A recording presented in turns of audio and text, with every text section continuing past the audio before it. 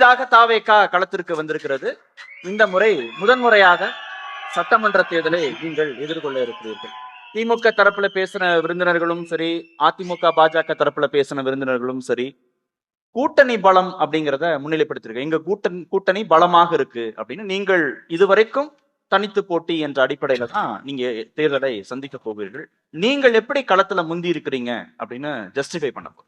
முதல்ல தமிழ்நாட்டோட முக்கியமான பிரச்சனையா இருக்கிறதே எங்க சின்னமா தான் இருக்கும் போல இருக்கு.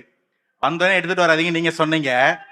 ஆனா அண்ணனுங்க பேசும்போது அங்க அடிக்கிறது தாவேகா நண்பர்கள் தான் பார்த்தா கம்யூனிஸ்ட் தோழர்கள் அடிக்கிறாங்க, திமுக காரங்க அடிக்கிறாங்க, எல்லாரும் அடிக்கிறாங்க. இந்த ஒரு 30 ரூபா உபகரணத்தை தடுக்க முடியும். இந்த 5 ரூபா விசில் எடுத்து ஒளிச்சு வச்சுட்டா, இந்த சீப்பு ஒளிச்சு வச்சுட்டா கல்யாணம் நின்னுன்ற மாதிரி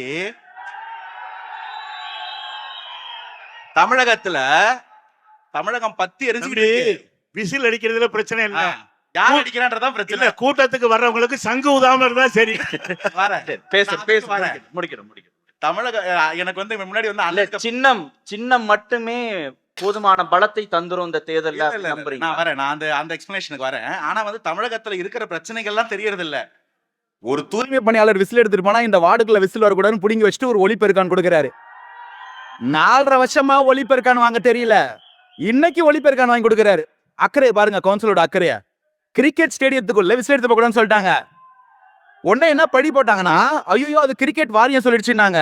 பிசிசிஐ ஐசிசி நாங்க சொல்லலப்பா, இது தமிழக அரசுன்னு சொன்னோன்னே வெளிநாட்டுல இருந்து வரக்கூடிய ரசிகர்களுக்கு அது இடையூறா இருக்குமா? இப்ப சரி.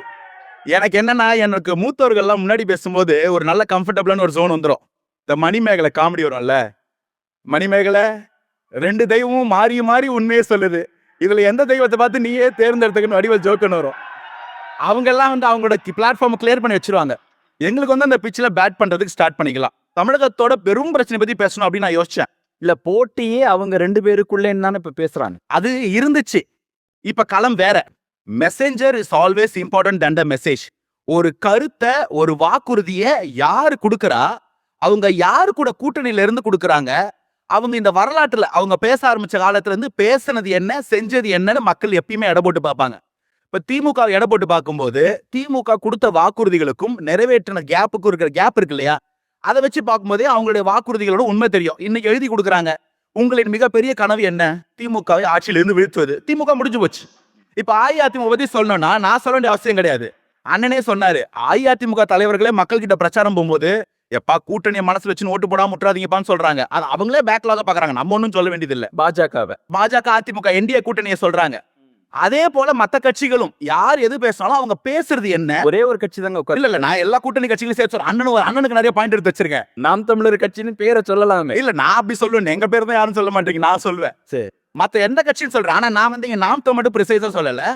கூட்டணி கட்சிகளா இருக்கக்கூடிய மத்த எந்த கட்சிகளா எடுத்தாலும் அவங்க சொன்ன நிலைப்பாடுகள் என்ன. இப்ப இந்த அரங்கத்துல விசிகா இல்ல, ஆனா விசிகாவின் கொள்கை நிலைப்பாடுகள் எடுத்து பாருங்களேன், எப்பயுமே மாறுது. அப்ப இது எல்லாத்தையும் மக்கள் எடுத்து ஏற்கனவே ஆண்ட கட்சி பேசுறாங்க நாங்க மீண்டும் ஆட்சி பொறுப்புக்கு வரணும்னு. ஏற்கனவே ஆண்ட கட்சி எதிர்கட்சியா இருக்கிறவர்கள் நாங்க வந்தா நல்லா செய்வோம்னு சொல்றாங்க. பல ஆண்டுகள் களத்தில் இருக்கக்கூடிய நாம் தமிழர் கட்சி இவங்க 2 பேரும் வேண்டாம், எங்களுக்கு ஒரு முறை வாய்ப்பு கொடுங்கள்னு கேட்கறாங்க. இந்த களத்துக்குள்ளதான் நீங்களும் இந்த சவாலை எதிர்கொள்ள போகிறீர்கள்ங்க போது நீங்க எப்படி களத்துல முந்தி இருக்கீங்க? ஏன் முந்தி இருக்கீங்க? ரொம்ப சிம்பிள்ண்ணே. நம்ம யாரா இருந்தாலும், நீங்க உச்சகட்ட படிச்சாலும் சரி, பாமர் மக்களா இருந்தாலும் சரி, இந்த 2026 தேர்தல் எப்படி அணுக போறாங்கன்னா, யார் ஒருவர் முதல்வர் ஆகணும்ன்ற கேள்வியோட தான் அவங்க ஓட்டு பெட்டியில போய் கை வைக்க போறாங்க. அந்த ஓட்டு பெட்டியில 4 முகங்கள் நிக்கும் போது அந்த 4 முகங்கள்ல சிறப்பான நம்பகத்தன்மை வாய்ந்த முகம், ஒவ்வொரு வீட்டுக்குள்ளேயும் உணரப்பட்ட முகம் எதுன்னு யோசிச்சு பாருங்க, உங்களுக்கு பதில் தெரியும். அவரை மகனா, ஒவ்வொரு வீட்லயும் தம்பியா, அண்ணனா பாக்குறாங்க. இந்த முகம் பொய் சொல்லாது, இது எனக்கு உண்மையா இருக்கும் நம்புறாங்க. அந்த உண்மை ஒண்ணு போதும். அது மேக்கப் போட்ட முகங்க, ரியல் முகம் இல்ல, மேக்கப். அண்ணே நான் அந்த பக்கம் வர வேணாம்னு நினைச்சேன். அண்ணே நம்ம 20 லட்சம் ரூபாய்க்கு ட்ரெஸ் போடுறவங்க, நம்ம மேக்கப் போட்டோமோ.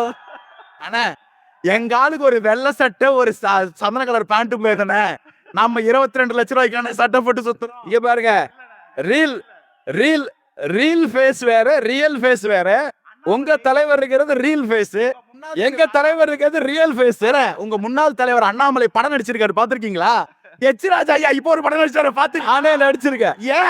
ஏன்னா ஐயா சினிமானா ஒரு மக்களுக்கு நம்பகத்தன்மை வரும் போலவேன்னு அண்ணாமலை என்ன போய் கர்நாடகால படம் நடிக்கிறாரு, ஹெச் ராஜா ஐயா இங்கே படம் நடிக்கிறாரு. இந்த படத்தை பார்த்துட்டு பயப்படுறானா நாங்க எப்படிங்க பொறுப்பு? தம்பி நீங்க அரசு சினிமால நடிக்க தம்பி, அரசியல்ல நடிக்காதீங்க தானே சொல்றவங்க. ஐயோ அரசியல்ல நடிக்கிறது யாருன்னு மக்களுக்கு தெரியும். அரசியல்ல நடிச்சாரு, அரசியல் நடிக்க மாட்டாரு. மத்தவங்க அரசியல் நடிச்சிட்டு இருக்காங்கன்றதான் நான் சொன்ன அந்த நம்பகத்தன்மையை.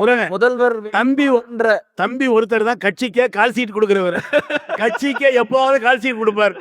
கட்சிக்கு கட்சியே நடக்கும். முதல்வர் வேட்பாளருங்கிற அந்த பலத்தின் மூலமாக தாவேகா தற்போதைய களத்துல முந்தி இருக்குன்னு அப்படிதான் எல்லாருமே வந்து அந்த நம்பகத்தன்மையான முகத்தை பாக்குறாங்க. யார் முதல்வர் வந்தா எல்லாம் சரியாகும்னு பாக்குறாங்க. அதுக்கான வாக்கு இருக்கு, அதான் சொல்லிட்டு உங்க கூட கூட்டணிக்கு வர தயாராகிற கட்சி எது தம்பி? உங்க கூட கூட்டணிக்கு வர தயார கட்சி எது? யாரு கூட நீங்க வந்து தெளிவா இருக்கு. உங்க கூட கூட்டணி வச்சுக்க யாரும் தயாரா இல்ல. நாம் தமிழர் அவங்க நாங்க கூட்டணி வச்சுக்க மாட்டோம்னு சொல்றாங்க. அதனால அவங்களை விமர்சனம் பண்ண மாட்டாங்க. நீங்க கூட்டணிக்கு தயார், ஆனா உங்க கூட கூட்டணிக்கு யாரும் தயார் கிடையாது.